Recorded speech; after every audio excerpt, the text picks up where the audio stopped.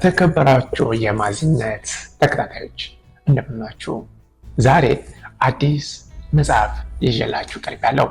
ስትሬንግዝ ፋይንደር 2.0 ጥንካሬያችሁን ፈልጉ የሚል መጽሐፍ በቶም ራት የተጻፈ መጽሐፍ ነው። ኒውዮርክ ታይምስ ቤስት ሴሊንግ አውተር መጽሐፍ ነው። እንግዲህ ትወዱታላችሁ ብዬ ተስፋ አደርጋለሁ። መልካም ቆይታ ከጸጋዬ ጋር። አንድ የተሳሳተ አስተሳሰብ አለ ይለናል ቶም ራት። ከጣራችሁ ከለፋችሁ የፈለጋችሁትን መሆን ትችላላችሁ የሚለው። ምንም ያህል ብትጥሩ፣ ምንም ያህል ብትደክሙ ተፈጥሮ ለእናንተ ካላለች ስኬታማ መሆን አትችሉም ይለናል የዚህ መጽሐፍ ጸሐፊ ቶም ራት። ጥንካሬያችሁን ፈልጉ በሚለው መጽሐፉ ማይክል ጆርዳንን ታዋቂው የቅርጫት ኳስ ተጫዋች እንደ ምሳሌ መውሰድ እንችላለን። ምንም ያህል እንኳን ተመሳሳይ ጥረት ቢያደርግም፣ ምንም ያህል እንኳን ቢደክም ቅርጫት ኳስ ላይ ያስመዘገበውን ስኬት ቤስቦል ላይ ማሳካት አልቻለም።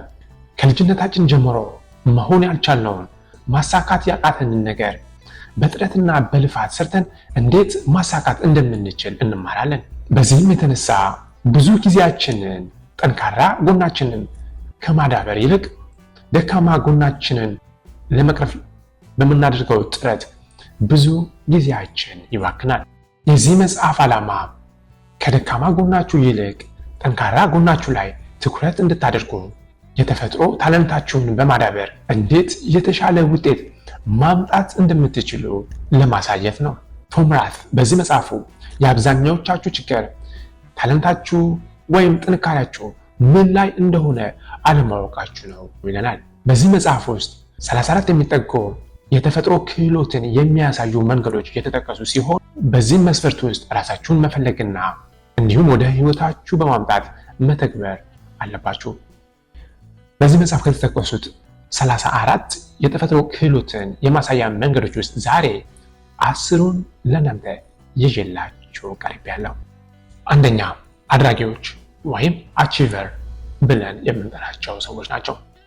እንደዚህ አይነት ሰዎች ትንሽዬ ነገር ቢሆን ሳያከናወኑ ከተኙ እንቅልፋቸውን የማይወስዳቸው ሰዎች ናቸው። ስለዛ እናንተም እንደዚህ አይነት ሰዎች ከሆናችሁ አብዛኛውን ጊዜ ሴልስማን ወይም ነጋዴ ወይም ደግሞ ፕሮጀክት ማናጀር ሆናችሁ ብትሰሩ ያዋጣችኋል ይላል ቶም ራት። ሁለተኛው፣ ተማሪዎች ወይም ለርነር የምንላቸው ሰዎች ናቸው። እንደዚህ አይነት ሰዎች ማንበብ፣ ማጥናት፣ ራሳቸውን በእውቀት ማሳደግ የሚወዱ አይነት ሰዎች ናቸው። አብዛኛው ጊዜ አማካሪ፣ አሰልጣኝ፣ አስተማሪ፣ ተመራማሪ ቢሆኑ የሚዋጣላቸው አይነት ሰዎች ናቸው። ሶስተኛው፣ ተዛማጅ ወይም ሬሌተር ብለን የምንጠራቸው ሰዎች ናቸው። እንደዚህ አይነት ሰዎች ከሰዎች ጋር በቀላሉ መግባባት የሚችሉ አይነት ሰዎች ናቸው። እነዚህ አይነት ሰዎች የሰው ኃይል አስተዳዳሪ፣ የቡድን መሪ እንዲሁም አስተናጋጅ ሆነው ቢሰሩ የስኬታማ መንገዳቸው የሰፋ ይሆናል ይለናል። አራተኛው፣ ስትራቴጂስት የምንላቸው ሰዎች ናቸው። እነዚህ አይነት ሰዎች ውስብስብ ከሆነ ነገር ውስጥ መንገድ መፈለግ መንገድ የማያጡ አይነት ሰዎች ናቸው። እንደዚህ አይነት ሰዎች ከሆናቸው ማርኬቲንግ ስትራቴጂ፣ ቢዝነስ ስትራቴጂ ወይም ደግሞ እቅድ ነዳፊ ብትሆኑ ያዋጣቸዋል። አምስተኛ፣ አርቆ ሀሳቢ ወይም ፊውቸሪስት ብለን የምንጠራቸው ሰዎች ናቸው። እነዚህ አይነት ሰዎች ወደፊት ምን ሊመጣ ምን ሊከሰት እንደሚችል መመልከት የሚችሉ እንዲሁም ማሰብ የሚያስደስታቸው አይነት ሰዎች ናቸው። አብዛኛው ጊዜ እንደዚህ አይነት ሰዎች ነጋዴ፣ የፈጠራ ባለሙያ እንዲሁም መሪ ቢሆኑ ይመረጣል። ስድስተኛ፣ ተላማጆች የምንላቸው ሰዎች ናቸው። እነዚህ አይነት ሰዎች በቀላሉ ከየትኛውም ባህል ጋር ወይም ደግሞ ልማድ ወይም ስራ ወይም ማንኛውም ተለዋዋጭ ሁኔታ ጋር በቀላሉ ራሳቸውን አስማምተው መኖር የሚችሉ አይነት ሰዎች ናቸው። እነዚህ አይነት ሰዎች ተለዋዋጭ የሆነ የስራ መስክ ላይ ቢሰማሩ የበለጠ ውጤታማ ይሆናሉ። ሰባተኛ ማዳበር ወይም ደግሞ ማክሲማይዘር ብለን የምንጠራቸው አይነት ሰዎች ናቸው። እንደዚህ አይነት ሰዎች ነገሮች እያደጉ ወይም እየተሻሻሉ ወይም ከታች ተነስቶ ወደ ትልቅ ደረጃ ሲደርስ ማየት የሚያስደስታቸው አይነት ሰዎች ናቸው። እንደዚህ አይነት ሰዎች አሰልጣኝ፣ መሪ እንዲሁም አስተማሪ ቢሆኑ ይመረጣል።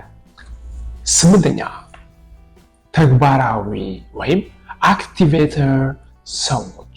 እንደዚህ አይነት ሰዎች አንድን ሀሳብ ህይወት ዘርቶበት ተግባራዊ ሆኖ ማየት የሚያስደስታቸው አይነት ሰዎች ናቸው።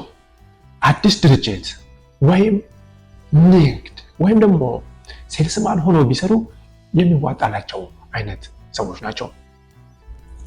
9ኛ ሩህሩህ ወይም ኤምፓቲ ብለን የምንጠራቸው ሰዎች ናቸው።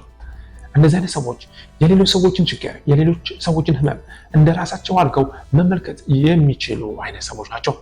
እንደዚህ አይነት ሰዎች ነርስ፣ ከስተመር አገልግሎት እንዲሁም አስታራቂ ሽማግሌ ሆነው ቢሰሩ የሚዋጣላቸው አይነት ሰዎች ናቸው። 10ኛ ዲሲፕሊን የሆኑ ሰዎች። እንደዚህ አይነት ሰዎች አንድ ወጥ የሆነ በተደጋጋሚ የሚከናወን ነገር ወይም ስራ የሚወዱ ሰዎች ናቸው። አብዛኛውን ጊዜ እንደዚህ አይነት ሰዎች ፕሮጀክት ማናጀር ወይም የህግ አስከባሪ ሆነው ቢሰሩ ውጤታማ ይሆናሉ። እንግዲህ የማዚነት ተከታታዮች ዛሬ 10ን ይዤላችሁ ቀርቤያለሁ። እናንተ ከነዚህ 10 ከገለጽኳቸው መስፈርቶች ውስጥ ራሳችሁን ካገኛችሁ ለዛ የሚስማማችሁ ስራ ላይ ብትሰማሩ የበለጠ ስኬታማ ትሆናላችሁ። ለዛሬ በዚህ እንሰናበታለን። በሚቀጥለው የተለያዩ መጽሐፎችን ይዤላችሁ እቀርባለሁ። አብራችሁን ስለቆያችሁኝ በጣም አመሰግናለሁ። መልካም ጊዜ